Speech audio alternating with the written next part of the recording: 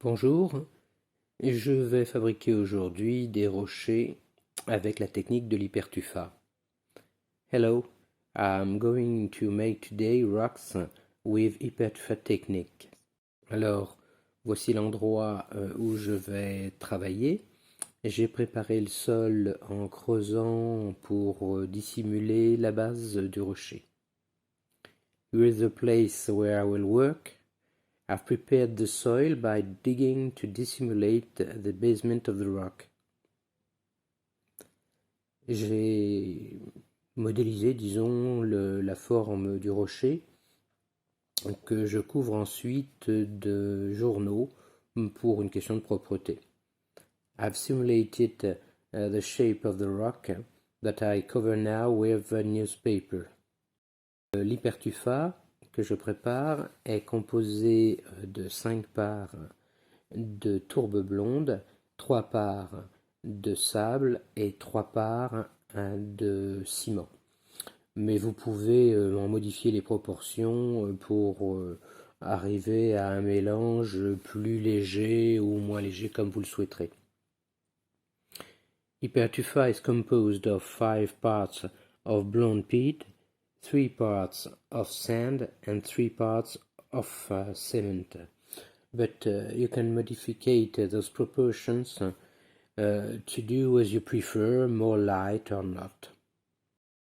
Personnellement, j'utilise 2 seaux pour faire le mélange de la préparation en transférant la matière sèche de l'un dans l'autre et en la remuant avec la main. Je porte des gants d'ailleurs. Ne mixez pas trop la tourbe blonde. Il est préférable qu'il y ait des petites pièces à l'intérieur. Vous mettrez ensuite l'eau pour obtenir quelque chose de légèrement liquide, puisque ça durcira au fur et à mesure et vous aurez besoin de rallonger d'eau. La tourbe boit beaucoup. Donc vous ajusterez au fur et à mesure du travail. Personally, I use 2 buckets to mix the preparation, transferring the preparation from one bucket to the other 4 or 5 times and mixing a little bit with the hand. I use gloves to do that.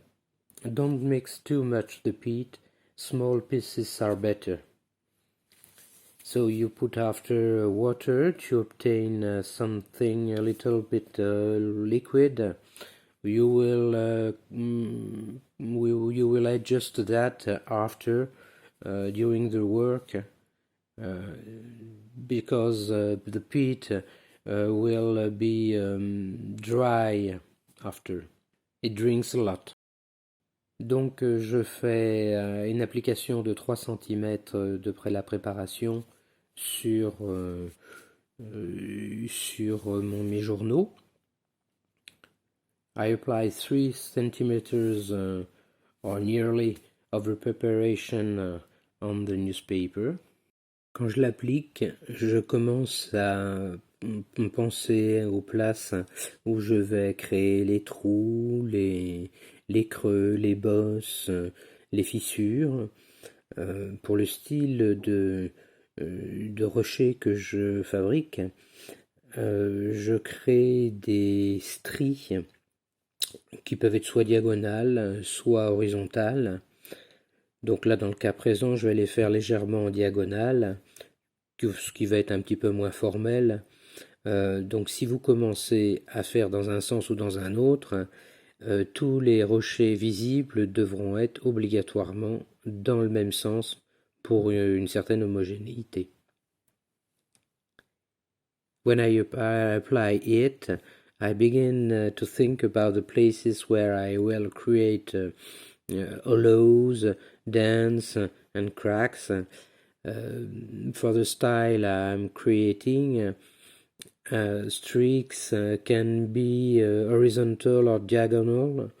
I prefer there a slight diagonal, less formal. but if you begin with diagonals, all of the visible rocks will be the same.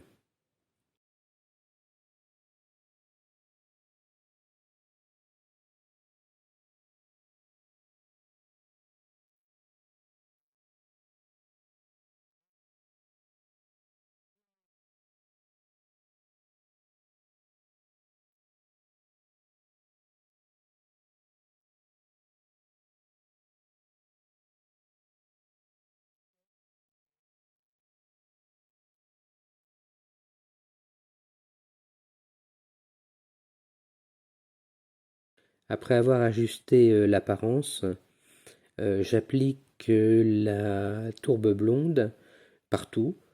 Je mets des petits morceaux dans les trous, dans les crevasses, dans les fissures, en appuyant doucement mais fermement pour pouvoir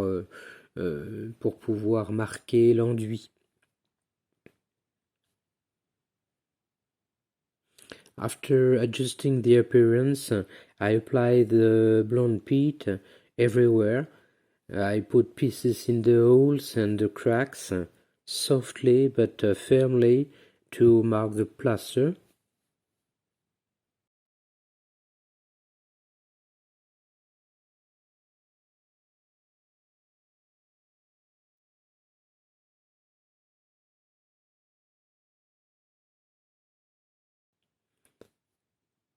Voici donc le rocher 2 heures après. J'attendrai demain pour enlever la tourbe blonde avec un pinceau et j'ajusterai les creux, surtout les fissures et les stries avec un objet pointu. Here is the rock 2 hours later.